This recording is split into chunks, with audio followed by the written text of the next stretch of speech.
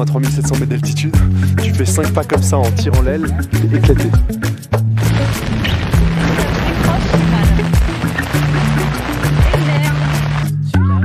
Je sais pas quoi faire et il y en a un autre qui arrive là. Il y en a un de chaque côté là. Et je crois que j'ai jamais arrêté de rechercher cette sensation-là.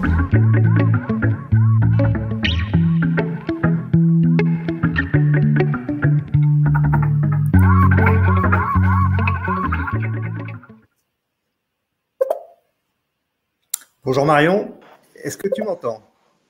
Bonjour Dominique.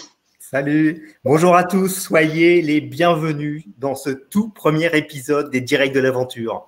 Alors comment qualifier cette émission? C'est un live, ce sont des lives, puisqu'il s'agit d'une série de webinaires qui vous plongeront, c'est vraiment le cas de le dire ce soir, vous allez le voir, au cœur de l'actualité des aventures.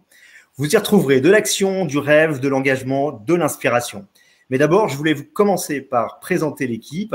À mes côtés, donc, Marion Boulet, qui anime depuis longtemps les Cafés de l'Aventure et qui va donc aussi co-animer ce direct. Et puis, en coulisses avec nous, Cléo Poussier-Cotel, que beaucoup connaissent évidemment dans le monde de l'aventure et qui organise notamment chaque année le Festival des écrans de l'aventure à Dijon et qui ce soir va nous aider à scruter vos questions. Donc, n'hésitez pas, on y reviendra. Hugo Subtil, merci aussi de nous aider à la régie technique. Merci pour ton aide, Hugo. Et moi, je suis Dominique Blechner, donc membre du conseil d'administration de la Guilde et inspirateur, organisateur des Directs de l'Aventure. Marion, pendant qu'Hugo va mettre le lien dans le chat, est-ce que tu peux nous rappeler tout simplement ce qu'est la Guilde? Oui, alors la Guilde, en fait, on fait partie d'une association loi 1901 qui est une ONG qui soutient des projets à la fois de solidarité et d'aventure depuis déjà 50 ans. Aujourd'hui, elle compte 25 salariés. D'ailleurs, s'ils sont avec nous ce soir, n'hésitez pas à nous saluer. Son cœur de mission, c'est d'aider les jeunes, les moins jeunes à partir. C'est aider les projets à grandir et ça s'illustre de trois façons différentes. C'est la plus grosse ONG française d'envoi de volontaires à l'étranger. C'est aussi un incubateur de micro-projets à l'international, surtout en Afrique, mais aussi en Asie et en Amérique latine. Et enfin, elle développe ses propres programmes humanitaires. Bon, c'est pas le sujet de ce soir, mais si vous voulez en savoir plus, je vous invite à fouiller le site internet. Hugo va vous mettre tout de suite le lien dans le chat. Cela dit, l'ADN historique, vous l'avez compris, de l'association, c'est l'aventure. Chaque année a lieu à Dijon l'un des plus anciens festivals de films d'aventure vécus. Il s'appelle les écrans de l'aventure. S'il y en a qui sont de Dijon ce soir, pareil, dites-le nous dans le chat.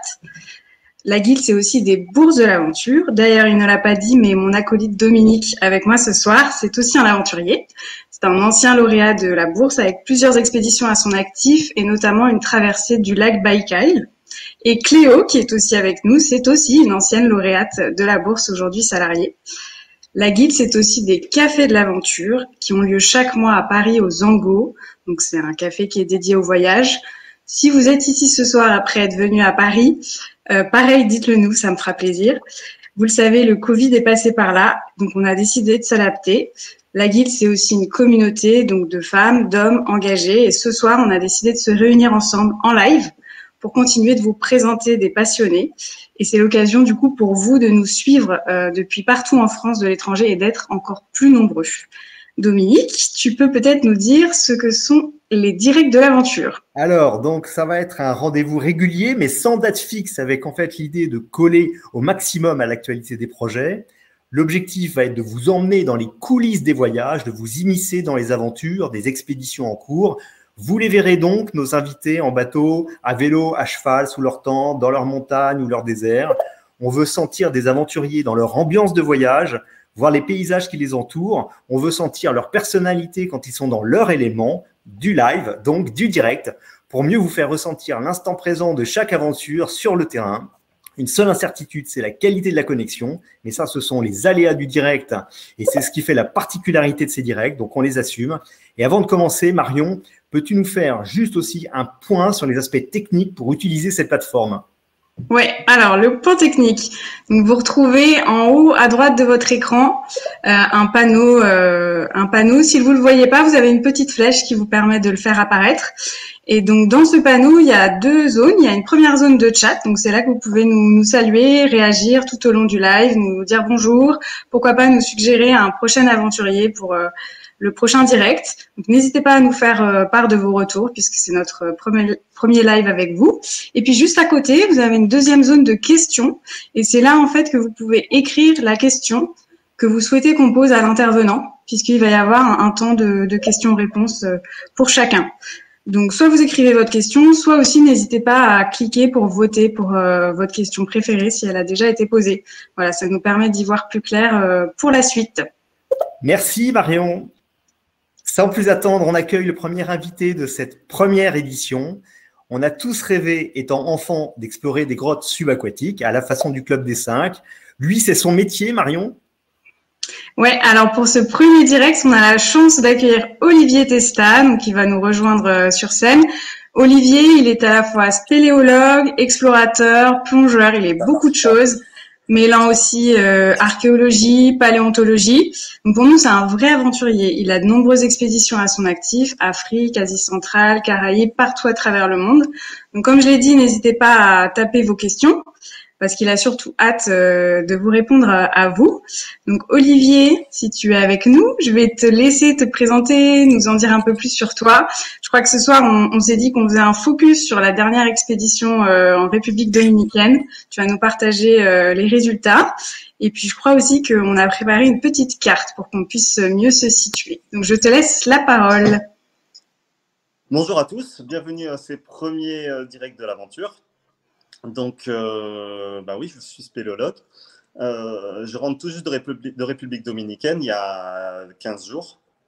Et donc, je voulais vous partager les explorations qu'on a menées avec la Société de spéléologie de République dominicaine depuis 1 an. Et notamment ce qu'on a découvert au mois de décembre et février de 2021. Donc, on peut zoomer un petit peu sur la République dominicaine. Donc, c'est un petit peu la carte des différentes expéditions qu'on a menées. Et donc, la République dominicaine dans les Caraïbes. Donc, je vais vous parler principalement de 2 zones. Tout d'abord, la zone à l'est, qui est la zone de Bávaro, Punta Cana, qui ne semble pas trop aventureuse, mais avec des grottes extraordinaires. Et puis ensuite, nous irons au sud de l'île, dans la zone de Pedernales. Alors, tout d'abord, dans la zone de Bávaro, qui est la commune de Punta Cana. Alors, effectivement, on est à côté des grands multiplex hôteliers.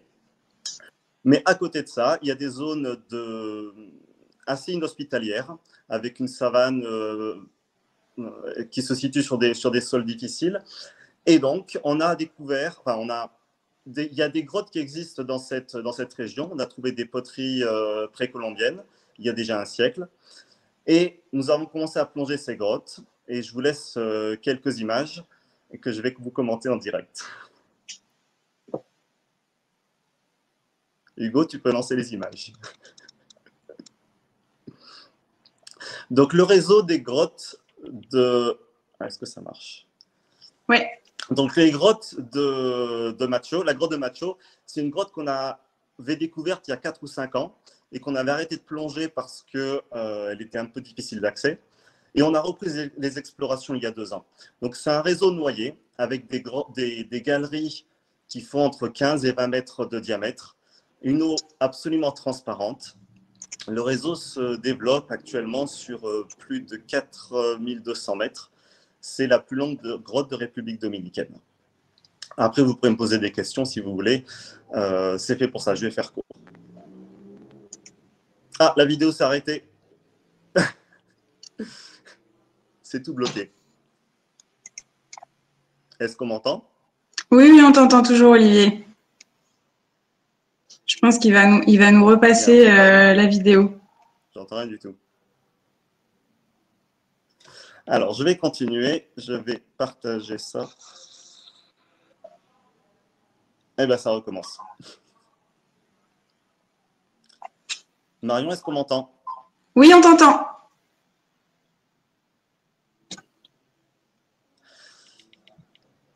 On t'entend. Donc, les grottes se situent entre 15 et 20 mètres de profondeur. Donc, l'eau est vraiment chaude, 26 degrés. Et donc, c'est un véritable labyrinthe. Il y a des embranchements à peu près tous les 15 à 20 mètres. Et donc, le réseau se développe de manière labyrinthique. Il y a plusieurs puits qui donnent en surface. Et de ces puits sont tombés, il y a on ne sait pas, 10... Est-ce qu'on m'entend? Oui, oui. Donc, dans ces petits puits sont tombés des centaines d'animaux, des paresseux géants, des paresseuses arboricoles.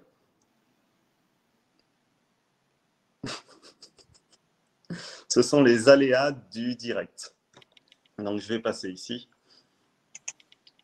Donc, nous menons ces expéditions depuis 2 ans dans la grotte de Macho. Ça nécessite de transporter un gros matériel, puisque les explorations seront de plus en plus lointaines, de manière de plus en plus lointaine. Et donc, nous transportons des bouteilles de plongée pour plonger avec 2, 3, 4 bouteilles chacun pour aller explorer les différents recoins. On utilise pour cela l'aide des habitants de la zone. On a quelques cultivateurs qui défrichent la forêt. Ce n'est pas forcément une bonne chose, mais on dépend d'eux. Et donc, dans cette grotte, elle est creusée entre 2 couches de calcaire, et notamment la zone du bas qu'on voit ici qui est légèrement marron, et c'est un calcaire récifal, donc c'était l'ancienne côte et c'est des anciens coraux, et au sommet, le plafond est constitué de dunes fossiles, donc c'est du sable qui s'est accumulé pendant des dizaines de milliers d'années, qui s'est solidifié. Et donc ce plafond est blanc et ça fait une légère poudre, et quand on le touche, le plafond s'effrite et tombe. Donc il y a plusieurs petits puits de petites dimensions qui sortent en surface, et par ces puits sont tombés des animaux. Et on a eu la surprise de découvrir des ossements par dizaines de milliers. Et donc notamment des ossements de paresseux, de crocodiles, de solénodons. Et enfin, on retrouve aussi des chauves-souris, des serpents, etc. On a du coup mené avec le Muséum d'histoire naturelle une mission pour collecter ces différents ossements. Et la récolte est absolument incroyable. Donc ces paresseux qu'on a trouvés vivaient sur l'île d'Hispaniola il y a 30 000 ans. Et ce sont les premiers paresseux de cette espèce qu'on découvre. Tous les paresseux qu'on trouvait sur l'île d'Hispaniola se trouvaient au fond de puits secs. Et donc les ossements étaient en mauvais état. Et là, on a réussi à trouver une quinzaine de spécimens. Et le professeur Almonte, qui est le professeur du Muséum d'histoire naturelle, pense que c'est une nouvelle espèce. Et donc le voici avec une partie de sa collection. La petite photo humoristique de la fin. Je vais peut-être m'arrêter là. Et il y a plusieurs... je pourrais parler de ce sujet pendant 1 ou 2 heures. Je pense que le plus simple, c'est de laisser la parole à Marion ou au chat pour poser des questions, et je pourrais dérouler le fil si ça vous intéresse. Super, merci beaucoup Olivier, c'est vraiment super. En plus, on est dans l'ambiance là avec les images en direct et on t'entend très bien, aucun souci, donc continue. Il y a pas mal de questions. Alors, je vous rappelle juste sur la technique, si vous pouvez poser vos questions, s'il vous plaît, dans la partie questions. Je précise que je n'entends strictement rien. C'est plus simple pour moi de m'y retrouver. Donc, il y a pas mal de questions. Je pense qu'aussi, peut-être, tu peux nous en dire plus sur toi, sur comment tu en es venu à faire de la plongée. Il y a des questions sur ton parcours aussi, sur tes études, ton parcours. Comment tu en es venu à faire ça? Si tu m'entends.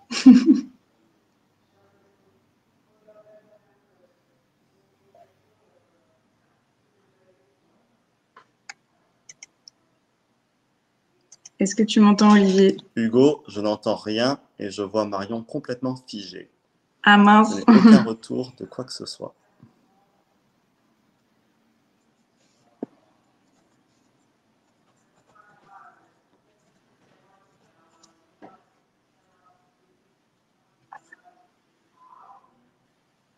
Alors, le temps que Olivier nous entende à nouveau, je précise que lui aussi, il est lauréat de la bourse de la Guilde de l'aventure et qu'il a été aussi un ancien volontaire parti en mission. Donc, pour nous, c'est l'exemple même en fait de personnes qui mêlent aventure et solidarité. Olivier, on t'entend à nouveau. Est-ce que pour toi, c'est bon? Je quitte la scène et je reprends la scène. D'accord. Quitte donc la scène et reviens-nous.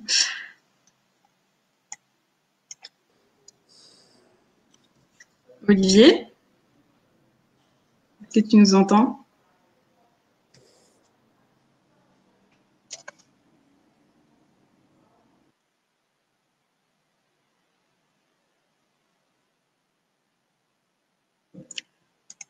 Donc, je répète pour ceux qui n'ont pas suivi, les questions, c'est dans la partie questions du chat, enfin sur le panneau. Et le chat, c'est plus pour nous dire vos réactions, si vous avez des idées d'intervenants que vous aimeriez voir passer. Voilà. Également, c'est notre première édition. On a choisi un mardi soir à 18h30 avec un invité principal et puis 3 petits projets qui viennent présenter, faire un teasing. Donc, n'hésitez pas à nous faire des retours aussi sur ça, sur le format, si c'est trop long, trop court. Voilà, l'idée, c'est que ça soit au mieux adapté à vous. Donc, vous voyez d'autres photos qui passent de l'expédition d'Olivier.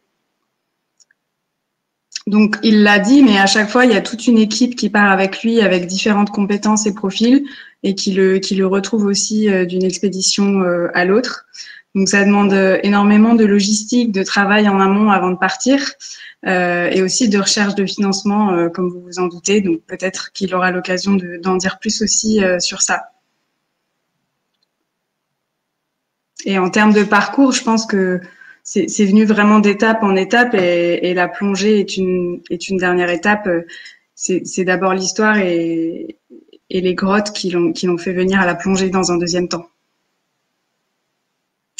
Olivier, il a un site internet qui est assez complet, où vous retrouvez répertorié toutes ses expéditions à travers le monde.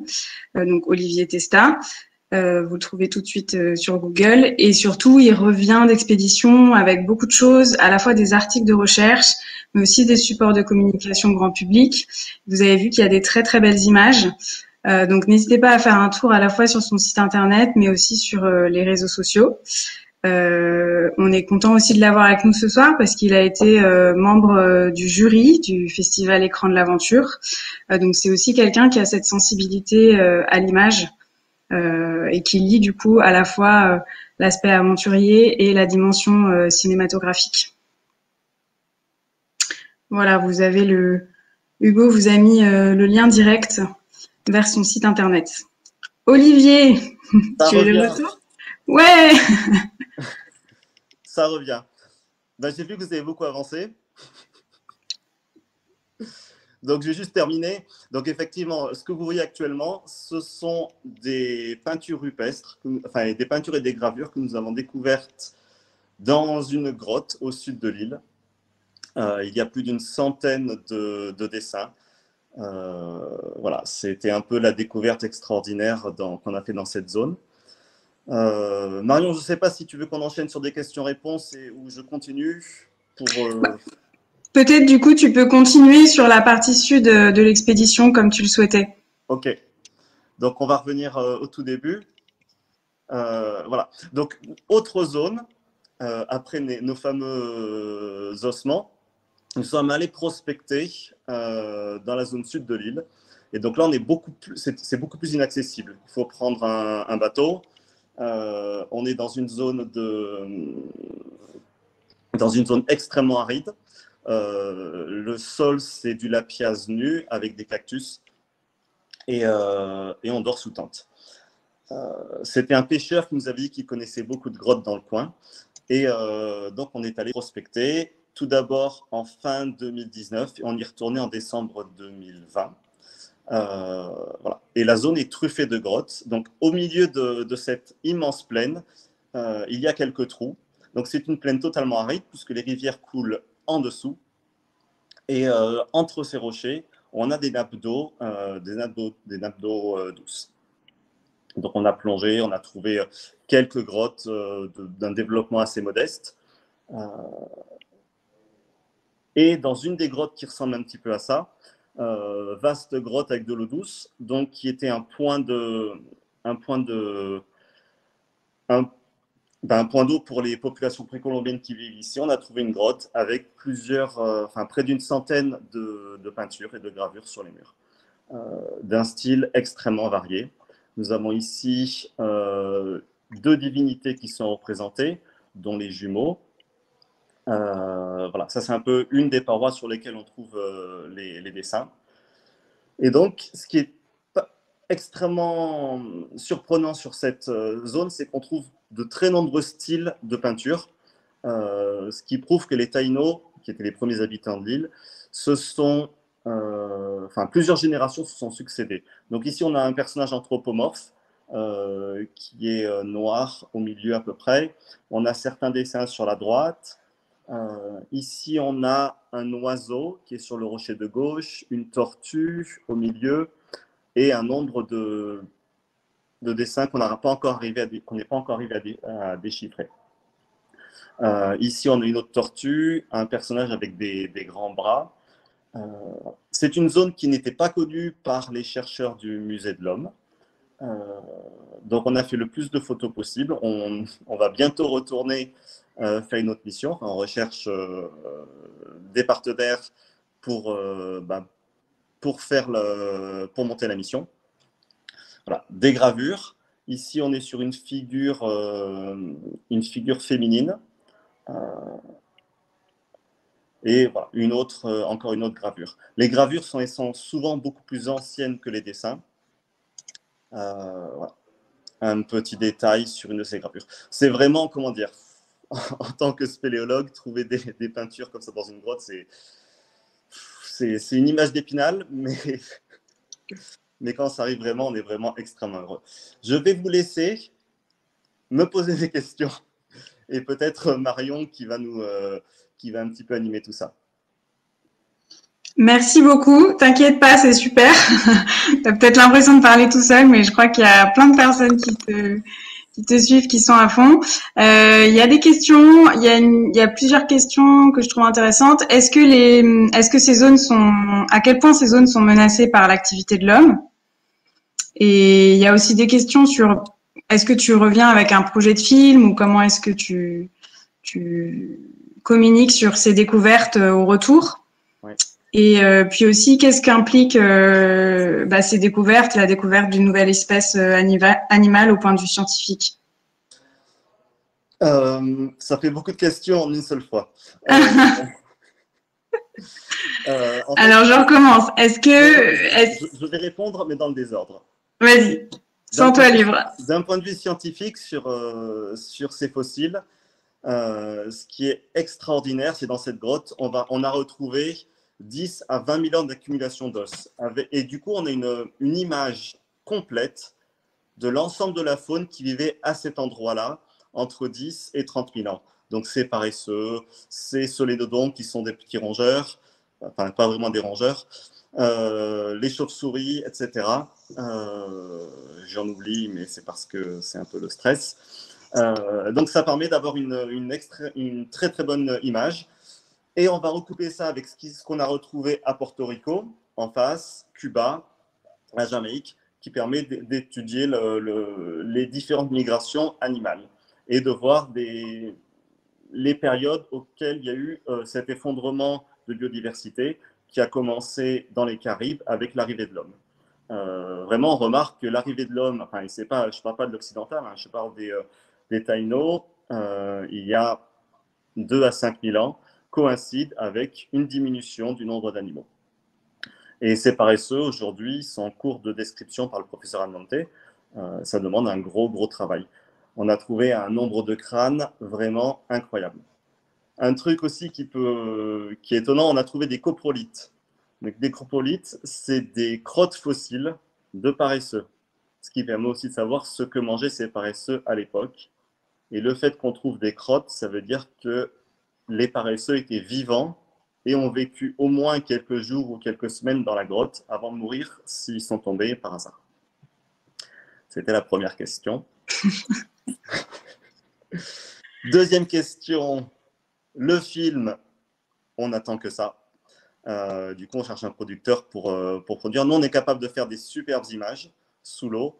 Par contre, on va dire que faire les images d'extérieur, raconter l'histoire, ça demande d'autres compétences. Et il nous faudrait l'aide d'un auteur et d'un producteur pour montrer un peu tout cela. Mais le nombre de découvertes qu'on a fait en République dominicaine depuis 3-4 ans, c'est extraordinaire. C'est un appel que tu lances alors. Oui, c'est un appel. Aujourd'hui, on fait des beaux films sous l'eau et on fait les images, qui est généralement le plus difficile à faire, les images subaquatiques. Maintenant, il faut arriver à construire un beau projet là-dessus. Il y avait d'autres questions, mais j'ai totalement oublié. C'était qu'est-ce qu'implique la découverte d'une nouvelle espèce animale? Ça, j'y ai déjà répondu. Par contre, un petit peu, non, il y avait une question sur les dangers de l'environnement et le risque sur ces grottes. Ouais, sur les activités de l'homme. Ouais, les activités de l'homme. En République dominicaine, les activités de l'homme sont dramatiques pour l'environnement. En plus, sur la zone de Punta Cana, qui se développe d'un point de vue touristique de manière totalement anarchique, avec des hôtels de centaines de chambres qui s'ouvrent et qui se referment, qui durent quelques années, puis après qui sont abandonnés. Il y a une énorme pression sur les nappes d'eau souterraines, puisque tous ces hôtels consomment des quantités d'eau astronomiques dans une zone où il n'y a pas de cours d'eau aérien et les cours d'eau sont entièrement souterrains. Et donc, ce qui se passe en fait en République dominicaine, c'est qu'on a une forêt qui a déjà été fortement dégradée par les taïnos, puisqu'on estime qu'il y avait 1 million d'habitants sur l'île au moment de l'arrivée de Christophe Colomb. Donc la forêt c'était plus une forêt primaire. Et du coup, on avait une forêt secondaire. Et aujourd'hui, cette forêt secondaire, elle est coupée. Une fois qu'elle est coupée, il commence à y avoir quelques cultures. Tout s'aridifie. Et une fois que les cultures disparaissent, à ce moment-là, des projets hôteliers arrivent, puisque la zone devient beaucoup plus accessible, il n'y a plus de forêt, et les hôtels se développent. Ça paraît dramatique, mais entre guillemets, c'est le développement. C'est dommage que ce ne soit pas fait de manière beaucoup plus organisée, quoi. Ok, merci beaucoup. Alors, dans les questions, j'essaie de suivre en même temps les questions, c'est pas évident.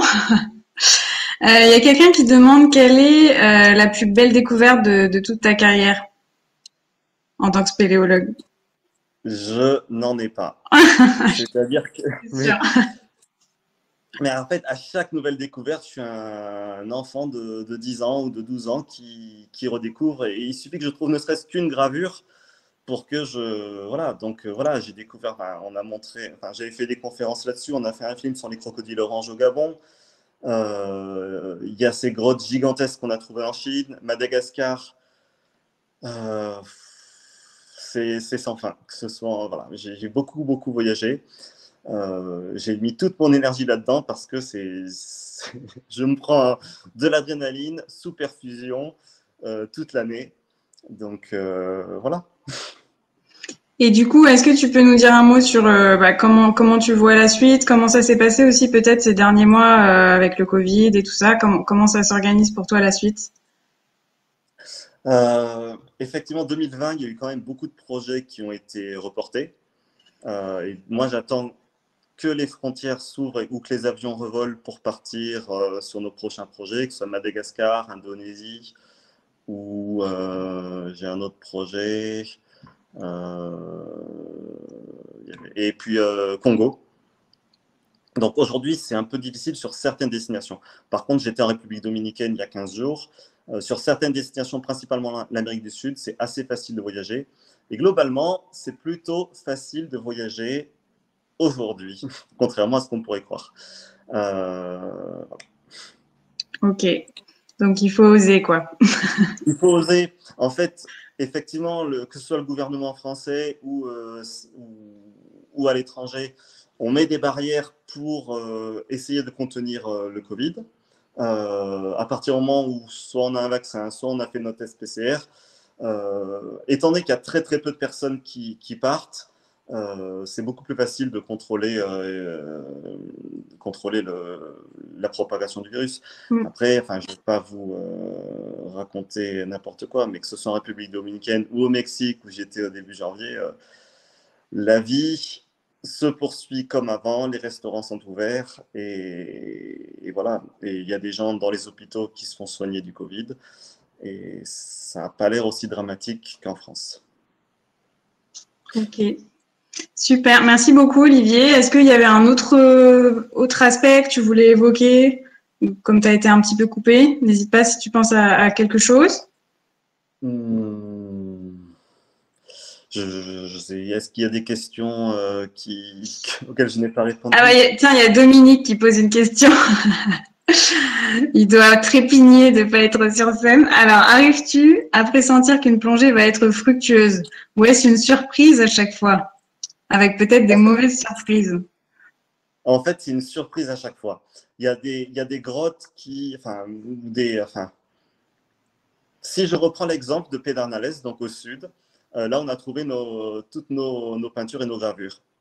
En fait, je ne vais pas revenir, ça va être un peu compliqué de remettre le diaporama, mais on avait des bassins qui faisaient, on peut appeler ça des cénotes, qui faisaient 10-15 mètres de diamètre, et on pensait que ça partirait. On a plongé au bout de 300-400 mètres, ce qui est déjà pas mal. Mais au bout de 300-400 mètres, non, c'est pas ici, c'est celle-ci. Voilà, au bout de 300-400 mètres, la grotte s'arrête, alors qu'on pensait que, d'après les images Google Earth et l'étude géologique que j'avais faite auparavant, on suppose qu'il y a un réseau qui se développe sur plusieurs kilomètres. Et on n'a pas réussi à le trouver. Par contre, sur des tout petits trous, une fois, il y a un pêcheur qui m'a montré un petit trou qui faisait 45 cm de diamètre au milieu de la dalle de la pièce. Et voilà, donc je suis descendu juste, entre guillemets, par acquis de conscience. Parce qu'en fait, eux, ils descendent un seau et ils sortent de l'eau. Et ce petit trou, il y avait juste la place pour que je passe. Je suis spécialiste des passages étroits. On a descendu les bouteilles une par une sur une corde. Et en bas, la grotte, elle a continué sur 500 mètres, eau absolument transparente. Et voilà, il y avait des ossements de tortue à l'intérieur. Donc, on ne peut absolument pas savoir si la grotte va partir ou pas. Et c'est ça un peu qui fait le sel de l'exploration, parce que si chaque grotte avec du potentiel partait, ce serait un peu moins, voilà, il y aurait un peu moins ce plaisir et ce challenge. Et du coup, est-ce que tu parviens à cartographier les sites après coup, ou comment ça se passe ça, au niveau de la cartographie? Effectivement, je pense que Hugo, tu peux mettre sur le premier diaporama le plan de la grotte de Macho. C'est le numéro 13, je crois, ou le 17, ou le 16, ou le 15. Voilà. Bonne chance, Hugo. C'est un extrait de la topographie de la grotte de Macho qui faisait, je vous l'avais dit, 4200 mètres. C'est la plus longue de République dominicaine. Donc, l'entrée se trouve sur la droite. C'est le gros point blanc. Et vous voyez, c'est un vrai labyrinthe. Et au fur et à mesure de nos explorations, donc en fait, à chaque fois qu'on fait une nouvelle exploration, on pose un fil d'Ariane dans la grotte qui va rester à demeure. Et donc, dans notre logiciel de topographie, on le met dans une couleur différente. Et du coup, donc ça, c'est un nombre d'explorations qui est assez colossal. Et chaque équipe va poser son fil. Et en fait, si vous voyez, si on veut aller de l'entrée jusqu'à, par exemple, la fin de ligne, ce qu'on appelle le début de la future exploration qui est complètement à gauche, on va devoir passer 4, 5, 6 croisements, 7, 8 parfois. Et donc, il faut se souvenir où se trouve la sortie. Et la navigation, ce qu'on appelle la navigation, qui consiste à retrouver son chemin dans la grotte, est de plus en plus compliquée. Donc, on fait la topographie en mesurant ce fil, prenant la direction par rapport au nord et la profondeur, ce qui permet de recréer une carte en 3D de la grotte. Ok, super. Écoute, merci beaucoup Olivier pour ta venue, ton intervention en direct avec nous. Je rappelle à tout le monde vraiment de suivre ton site internet parce que là, ce soir, on a décidé de faire un focus sur une expédition, vous l'avez compris, mais voilà, il y a énormément d'historique et de choses très intéressantes à suivre et à lire. Merci encore d'avoir été avec nous ce soir. À bientôt. On va passer aux trois autres. Donc, ce soir, tu étais notre invité d'honneur, invité principal, et il y a 3 projets qui vont venir se présenter 5 minutes, qui vont nous rejoindre. Dominique, je te laisse la parole pour la suite. Merci Olivier, tu nous as carrément embarqués dans ton univers, c'est extra. Merci encore. Hommage à ceux qui savent prendre le temps de partir pour un voyage de 3 ans, de vivre au jour le jour, de saisir l'occasion de s'installer pour soutenir des projets de souveraineté alimentaire ou au contraire de continuer la route, apprendre à vivre selon les coutumes locales ou au rythme de la nature. Alexis et Émeric, vous êtes promoteurs du voyage lent, votre projet s'appelle Step FM. Vous êtes tous les deux des cavaliers émérites, très imprégnés en tout cas de culture équestre. Avant de commencer, je crois que vous êtes en Italie, à la frontière avec la Slovénie. On va mettre une carte peut-être avant de commencer pour vous situer, visualiser votre itinéraire vraiment hors du commun par sa longueur. Vous êtes parti d'Aix-en-Provence et vous vous dirigez vers la Mongolie, rien que ça. Vous êtes, où en êtes-vous dans votre aventure et dans votre objectif solidaire et écologique de soutenir des projets de souveraineté alimentaire? Oui, tout à fait, Dominique. Alors, bonjour tout le monde. Alors, actuellement, on est effectivement à la frontière slovène en Italie, dans la région la plus pluvieuse d'Europe. Et là, on a de la chance. C'est le premier rayon de soleil qu'on ait depuis le début de la semaine, hein, je pense. Donc, voilà. Voilà. Vous nous auriez appelé 5 minutes plus tôt. On était sous des trombes et des trombes d'eau. Donc là, on est dans un endroit assez particulier qu'on voulait vous présenter. Alors d'abord, on va commencer par se présenter nous peut-être. Moi, je m'appelle Émeric, je suis originaire du sud de la France. J'ai été expatrié pendant plus de 15 ans d'un père corse et d'une mère bretonne. J'ai travaillé en tant qu'hydrogéologue en Bretagne à Metz. Et ça fait longtemps que j'ai plus de personnes qui parlent étranger autour de moi. Donc, décidé de partir en voyage avec un copain. Donc, moi, c'est Alexis, j'ai 25 ans, je suis aussi ingénieur géologue. En revanche, j'ai jamais travaillé dans le milieu parce que j'ai fait serveur pour partir en voyage. Comme pour là, rejoindre la Mongolie, du coup, sans utiliser de moteur. Et on a un troisième compagnon, parce qu'on est 3 dans le voyage, et il s'agit de Jéol, notre magnifique malinois. On l'a depuis 1 an, et on l'a récupéré à 1 an. On l'a adopté à 2 pour le voyage. Jéol, tu dis bonjour? Ouais. Alors, on va vous présenter un peu notre maison, là, et aussi notre façon de voyager. Nous, on voyage dans un tipi. Donc voilà, ça c'est le tipi. En gros, le tipi nous sert à rester longtemps dans les projets de souveraineté alimentaire. Mais ça, on en parlera plus tard. Du coup, on l'a vu sur la carte, le projet il se découpe en 2 parties. On va jusqu'en Iran à vélo, où on aimerait bien pouvoir passer l'hiver pour passer la Turquie avant l'hiver, parce qu'il commence à faire bien froid dans la région. Voilà, parce que si on se retrouve dans les montagnes, on sera quand même mal barré. Après la Turquie, après l'Iran, l'idée c'est de se retrouver dans tous les pays en stan, le Tadjikistan, Kyrgyzstan, Ouzbékistan. Ces pays-là, ils nous paraissaient très intéressants parce que c'est des pays cavaliers avec une grande culture cavalière. Et donc l'idée, ça se fait d'être dans ces pays, de construire une équipe de chevaux et puis aller rejoindre Karakorum, la capitale culturelle mongole. C'est ça. L'ancienne capitale de Mongolie. Donc pour l'instant, nous en ce moment on est à vélo, hein. On est en mode Step FM, ça veut dire voyage de la France à la Mongolie et sans moteur, du coup à cheval et à vélo. Et actuellement on a nos vélos. Là vous pouvez en voir un, on a le deuxième qui est ici, je sais pas si ça arrive à suivre. Et du coup on a des vélos un peu pourris, hein. On les a achetés à 25 € sur le Bon Coin, on a eu pas mal de problèmes avec eux. Et finalement ils roulent, hein. C'est déjà une bonne chose. On va présenter nos 2 carrioles aussi. Cette carriole, on en est très très fiers parce qu'on l'a construite en armature de canapé. On l'a soudée avec des amis. Celle-là, on est parti avec. Et le moment où on est parti, elle s'est pliée en 2. La veille du départ. La veille du départ devant tout le monde. Il a fallu qu'on la mette de côté. On l'a ressoudée un peu plus tard. La deuxième carriole, on l'a récupérée un peu plus tard. On s'est rendu compte qu'on avait absolument besoin pour le chien. Il dit, tu montes? Allez, monte. Allez, monte. Voilà, c'est pour protéger un peu ses pattes et qu'on puisse aller plus vite. Dans la descente du col de Montclair. Parfait, ça c'est ce qui est arrivé exactement pendant le col. Il nous a dépassé, le chien était dans la carriole, donc il s'est passé à peu près ce que vous venez de voir. Très belle mise en scène du coup. Ouais, comme vous pouvez voir, le chien il va toujours aussi bien. Ouais, ça nous a, le fait d'avoir une carriole, ça nous permet d'avancer quand même beaucoup plus vite parce qu'on passe de 30-40 km par jour à plus 50-60 en mettant le chien la moitié du temps. Donc, c'est assez pratique.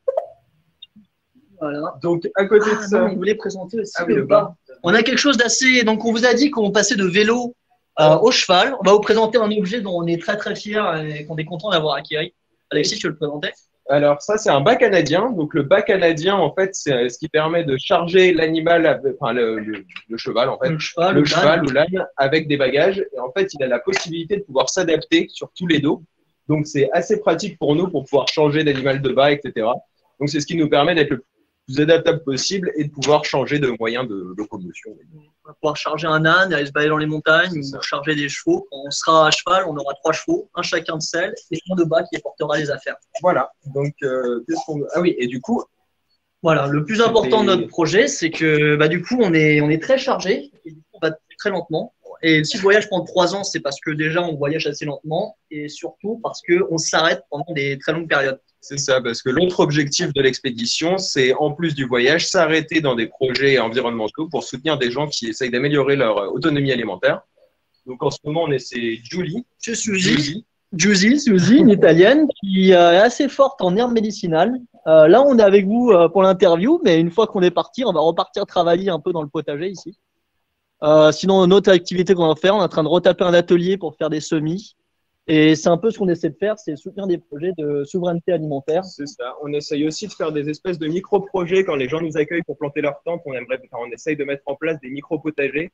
On se balade avec 1,5 kg de graines avec nous et l'idée, c'est de pouvoir les remercier avec quelques plants de tomates, quelques petits choux, etc. C'est notre façon à nous de dire merci. Voilà, donc sur tout notre trajet de la France jusqu'à Mongolie, on essaie de rester derrière nous un peu un impact positif sur l'environnement. Vert. Des choux, quoi. On peut dire des choux. Partout où on passe, on essaie que ça soit un peu plus vert qu'on y arrive. C'est excellent. Voilà, comment vous vous organisez pour l'étape suivante, en fait? Alors, l'étape suivante, on sait qu'on a peut-être un projet en Grèce, à Cérès, qui serait avec des réfugiés. Et entre-temps, on sait qu'il y a les Balkans et qu'il y a les montagnes du Triglav.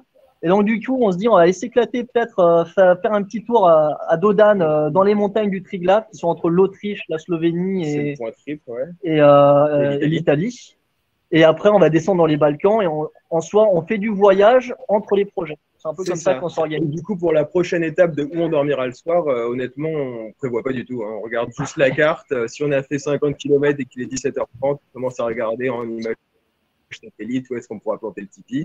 Ou alors, si on est en Italie, comme en ce moment, et que les gens sont un peu stressés pour faire du camping sauvage, on demande aux gens pour planter la tente dans le jardin et à la limite faire un potager s'ils sont d'accord. Parce que le tipi est assez impressionnant, mais en soi, on le monte en 2 minutes, 3 minutes après. Ouais, c'est assez facile à faire et il a l'avantage qu'on puisse faire un feu à l'intérieur. Donc, même en bivouac sauvage, on ne nous voit pas trop. Donc, ça, c'est assez génial. Et on reste au chaud. De rien. Excellent. Et donc, là, sur votre itinéraire, quels sont les grands points d'étape que vous allez avoir où vous allez être accueillis de manière à peu près certaine? Il y en a ou il n'y en a pas? La Grèce, on va dire. Jamais accueilli de façon certaine. Non, on n'est jamais certain, mais théoriquement, il y a la Grèce. Mais les points importants pour nous, la Grèce. Il y a le Golestan, c'est à l'est de l'Iran, où on a des contacts pour faire un projet pour aider à la culture du safran, qui a comme avantage d'avoir besoin de très très peu d'eau et qui répond un peu à la crise de l'eau en Iran, en tout cas dans la région. On a une amie qui nous a donné les contacts des bergers au Kirghizistan. On espère pouvoir y trouver des chevaux là-bas et qu'on nous briefe un peu sur comment les monter, comment ce que cavalier émérite de l'introduction, ce sera plutôt après le voyage. Hein. Ouais, pour l'instant, on fait ce qu'on peut. On a fait 1 an et demi de préparation et donc on a juste un peu bien travaillé, s'occuper des chevaux, mais les monter, ça sera plutôt pendant le voyage. On verra ce que ça donne. Et alors, vous évoquiez tout à l'heure les graines que vous emmeniez, 1,5 kg de graines. C'est quel type de graines et comment finalement c'est quoi comment vous les utilisez, qu'est-ce que vous apprenez aux gens finalement à monter un potager, comment ça se passe? Alors, grosso modo, on a eu vachement de chance. On a eu Cocopelli, une association qui nous a donné 7 kg de graines potagères. Donc, c'est assez énorme. Donc, on n'a pas tout pris avec nous. On a fait une sélection. Fait une sélection. Ça a duré des heures. On a fait un tableau Excel et on a pris pour l'instant que les graines qui se plantaient, je crois, jusqu'à la mi-octobre.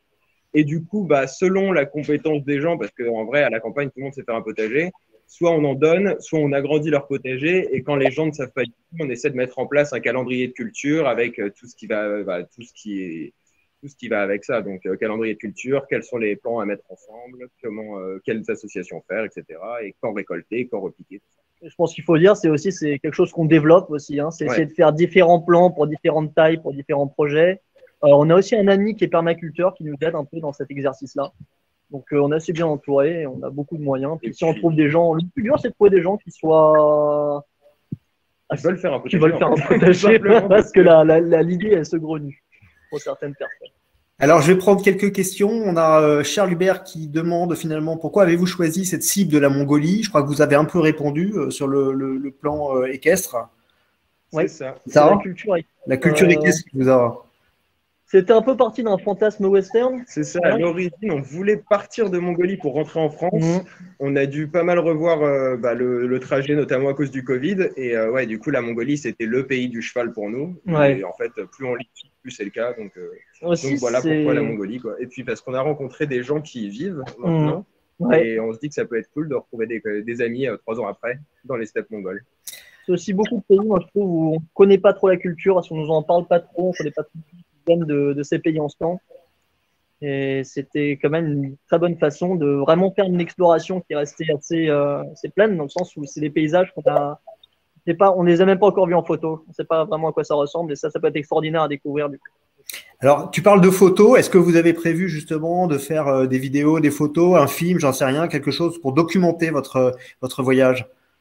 Ce qu'on fait actuellement, c'est plutôt des podcasts, donc pas de film, pas de vidéo, que de l'audio, parce que c'est ce qui est le plus simple à mettre en place pour nous. On a assez rarement d'électricité, hein. On a pas mal de trucs dans le Tipeee, mais on n'a pas encore ça. Et du coup, on se fait surtout des podcasts, donc ils sont disponibles sur Spotify. Après, évidemment, on fait des photos qu'on met sur Facebook. Mais non, pour l'instant, on n'a pas spécialement prévu de faire de film. Alors, une question aussi de Cécile. Est-ce que vous savez acheter des chevaux? Ça, vous avez déjà préparé le truc? Ouais, un petit peu. Plus ou moins. On nous a dit que c'était très compliqué à faire, qu'il fallait faire attention parce qu'il y avait plein de techniques pour entourlouper les gens. C'était quoi, par exemple? Mettre un piment dans le cul du cheval, ça permet de le mettre plus dynamique.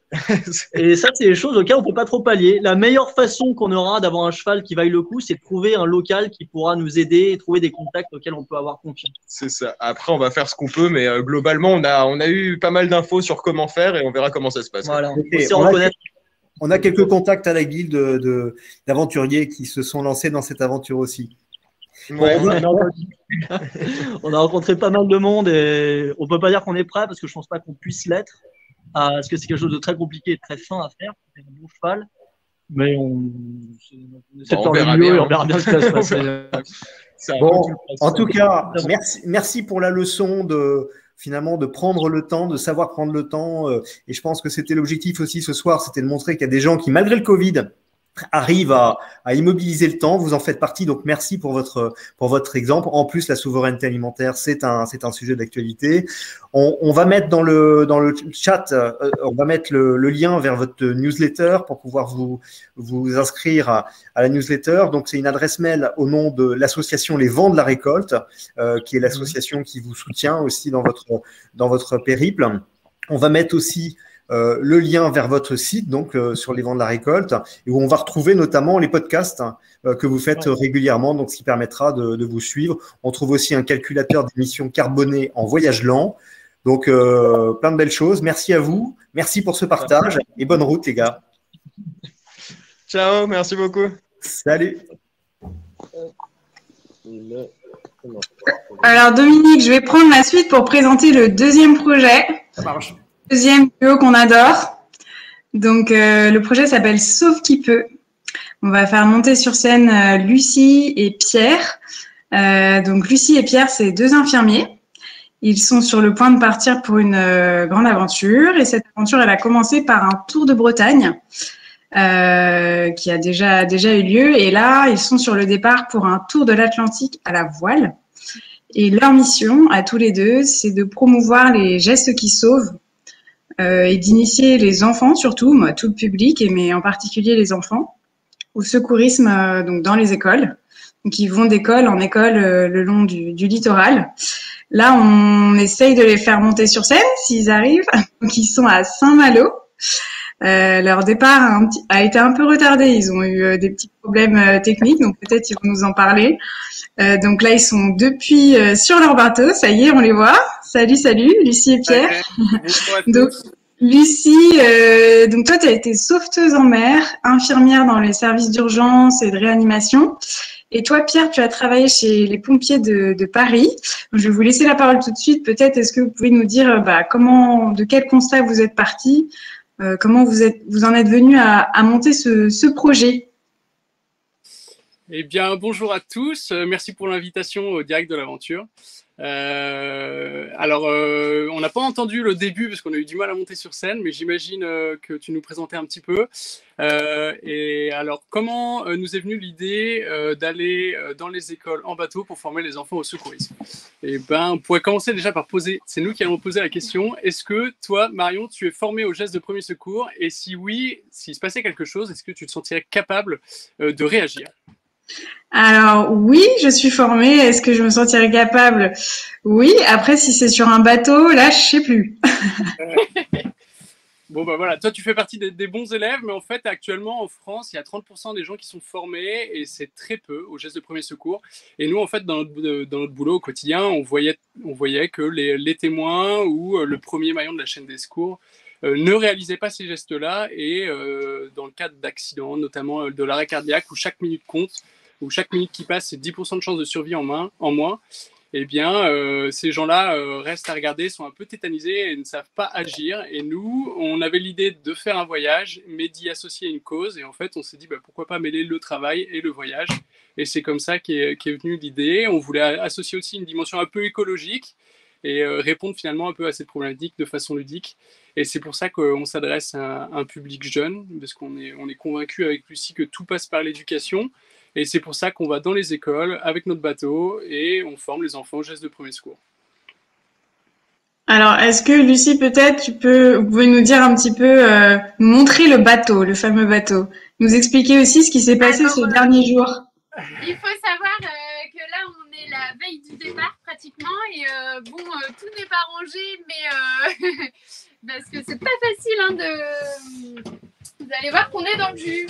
Ouais, dans le jus, c'est un peu le terme parce qu'on a eu des problèmes électriques dernièrement. Donc voilà, on a dû refaire tout l'aménagement électrique du bateau parce que c'est un voyage de 1 an. C'est une traversée de l'Atlantique également. Donc il faut préparer le bateau pour ces grandes traversées-là. Et l'autonomie énergétique est primordiale, quoi. Et voilà, on a eu des petits soucis électriques. C'est pour ça qu'on est retardé. Mais voilà, ça y est, on a tout changé. Il ne reste plus qu'à fignoler, on va dire. À ranger, à charger le bateau pour 1 an et puis go, c'est parti. Et du coup, les prochaines étapes, c'est quoi? Alors là, on est à Saint-Malo et la prochaine étape, c'est l'école de Bréa, soit fin de semaine, soit début de semaine prochaine. Et après, ça s'enchaîne. En fait, on fait toutes les écoles des îles bretonnes.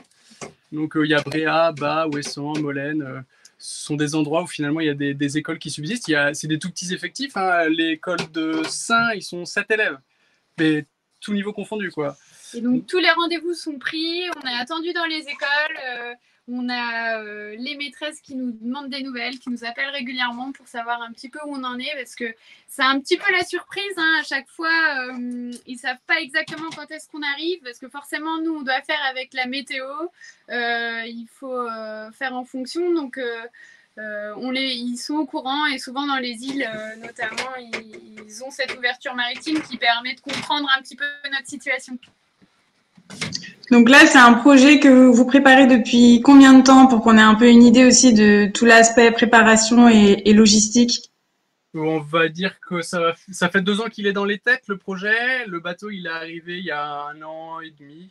Et voilà, initialement, on aurait aimé partir plus tôt. Il y a le Covid qui nous a mis un peu des bâtons dans les roues l'année dernière, mais c'est un mal pour un bien parce que ça nous permet de partir mieux préparé, puis avec un projet encore plus abouti. Et puis finalement, on n'est pas resté inactif pendant toute cette année. On a pu tester le projet et ça, c'était vraiment chouette. On a fait tout un tour de Normandie en septembre dernier, là, à la rentrée, pour tester la navigation, le secourisme, les navigations à 2, parce que c'est quand même sportif. Il faut être à l'heure dans les écoles, pas louper le le lundi, le mardi, le jeudi et le vendredi, parce que sinon, quand on arrive le mercredi, ils sont pas à l'école, les enfants. Et donc, il a fallu gérer aussi les marées. Il y a pas mal de... Ouais. Mais c'était super, donc... une belle expérience normande. On a fait tout le tour de la Normandie, on allait jusqu'à Ouistreham. Et après, on est rentré un peu step by step en s'arrêtant dans les écoles. Et dans les écoles, ça se passe comment? J'imagine que vous êtes accueillis comme des stars. Vous apprenez quoi exactement comme geste? Comment vous adaptez votre discours aux enfants?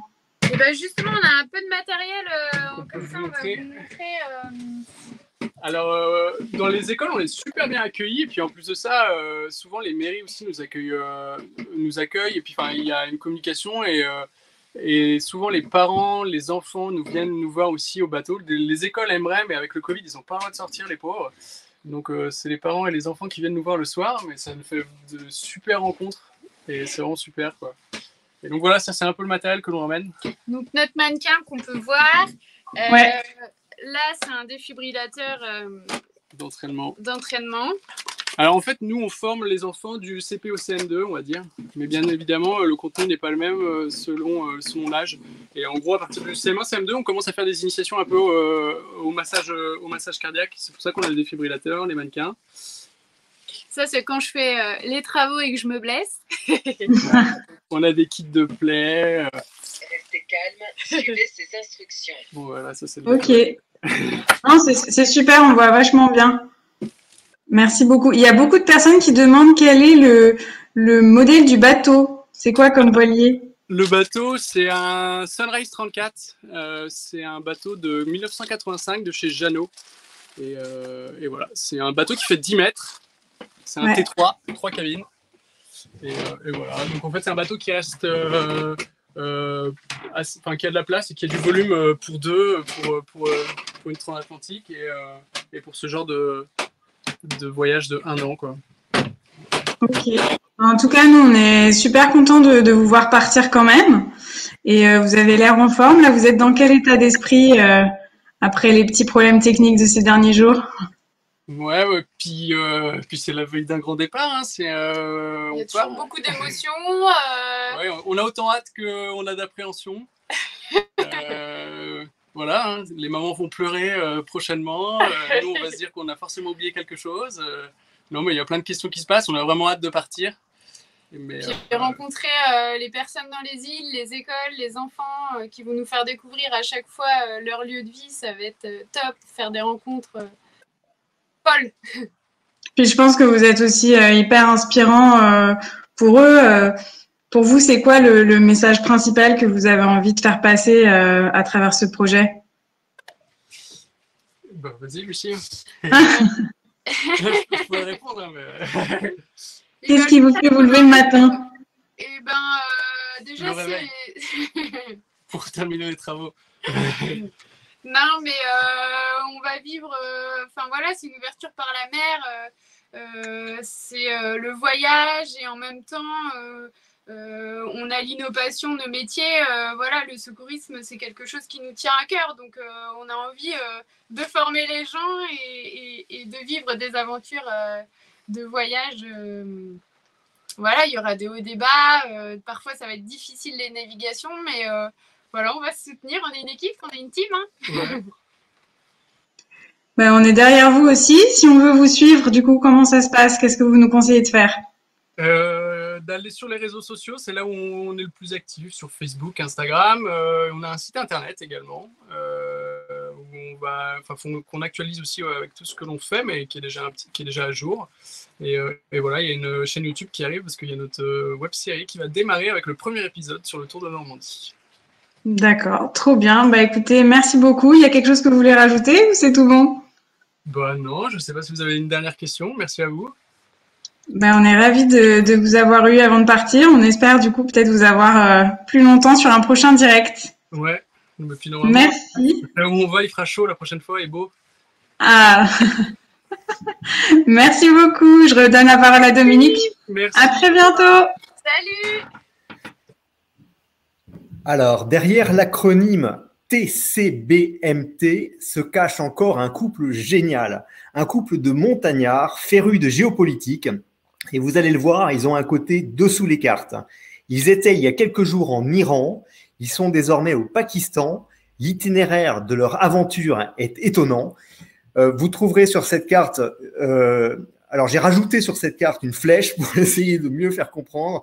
Évidemment, ils sont emblématiques de leur capacité, de leur agilité finalement à contourner en fait les contraintes liées au Covid. Donc, vous avez vu qu'ils ont parcouru l'Europe et ont déjà fait pas mal de sommets. Ils vont nous expliquer tout ça bientôt et ils vont arriver ils sont actuellement au Pakistan. Ne pouvant finalement pas se connecter, ils nous ont concocté une petite vidéo teaser. Tendez bien l'oreille, il y a du vent. Juste auparavant, voilà, pour bien comprendre les deux monts dont il parle dans la vidéo, le mont Hermon et le mont Al-Ghurd. Le mont Hermon, c'est la frontière entre l'Israël, le Liban et la Syrie. Le mont Al-Ghurd, c'est la frontière entre l'Irak, l'Iran et la Turquie. Voilà, on les découvre en vidéo. Tendez bien l'oreille, il y a du vent. Bonjour, c'est Jean et Marie de The Cross Border Mountain Trip. Donc là, on est en train de vous parler en direct donc à partir du mont Hermon. Donc le plus haut sommet de vous parler en direct donc à partir du mont Hermon. Donc le plus haut sommet de Syrie qu'on est en train de gravir à partir du Liban. Voilà. Donc on fait ça dans le cadre de notre projet qui allie aventure, montagne et géopolitique avec l'ascension de 15 sommets transfrontaliers entre la France et le Pakistan. Voilà, donc on est parti depuis septembre 2020. Notamment, on a fait pas mal de choses. Donc, on était en Irak, on a fait le plus haut sommet irakien, donc le mont Al-Ghurd, qui est à proximité de la frontière iranienne à ski de randonnée. On a aussi passé les 3 mois de l'hiver dans les Balkans, dans les pays des Balkans. On a fait plein de sommets transfrontaliers à ski de randonnée encore, toujours dans le but d'étudier les frontières, en rencontrant notamment des think tanks, des ONG, en faisant de la recherche, en rencontrant les clubs de montagne. Voilà. Et là, on vous parle en direct du mont Hermon, qui est le plus haut sommet de Syrie et qui est aussi une zone frontalière avec Israël et le Liban. Et à son sommet, il y a une opération de maintien de la paix de l'ONU. En fait, ce qui est intéressant ici, c'est qu'on est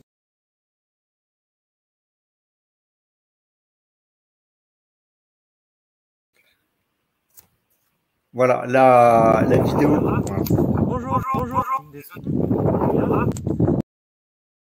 Bonjour. Bonjour, c'est Jean et Marie. Ici, c'est qu'on est dans une des zones les plus chaudes du globe parce que on est tout à côté du plateau du Golan, qui est une zone qui a été occupée par Israël depuis 1967 et dont l'ONU en fait a fait une mission de maintien de la paix pour pas qu'il y ait de conflit entre la Syrie et Israël, et c'est pour ça que justement il y a cette mission de l'ONU en son sommet. Voilà, donc on n'est pas sûr malheureusement aujourd'hui de pouvoir aller au sommet parce qu'en raison des affrontements ces derniers jours entre les Palestiniens et les Israéliens, les zones frontalières sont d'autant plus chaudes et donc il y a déjà eu des accidents en fait au sommet. Donc voilà, on n'est pas sûr de pouvoir y arriver, mais en tout cas on a hâte de parler avec vous dans le prochain épisode des Directs de l'Aventure. Voilà, eh bien, écoutez, merci à Hugo de mettre le lien vers leur site dans le chat. On ne vous en dit pas plus. Vous l'aurez compris, c'est eux, Marie Poulain et Jean Mimis, qui viendront nous détailler leur projet lors du prochain Direct de l'Aventure qui devrait avoir lieu début juillet. Ce premier Direct de l'Aventure touche à sa fin. Merci à tous de votre présence. À très bientôt. Merci encore à nos invités. Bon vent. Et on se fait plaisir. On se quitte avec notre générique. Ciao.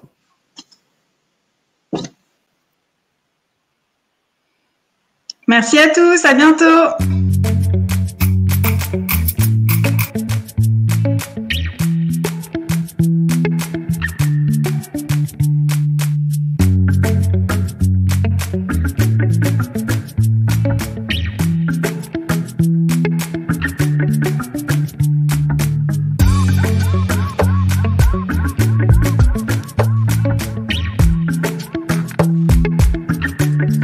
Quasiment à 3700 mètres d'altitude, tu fais 5 pas comme ça en tirant l'aile, t'es éclaté.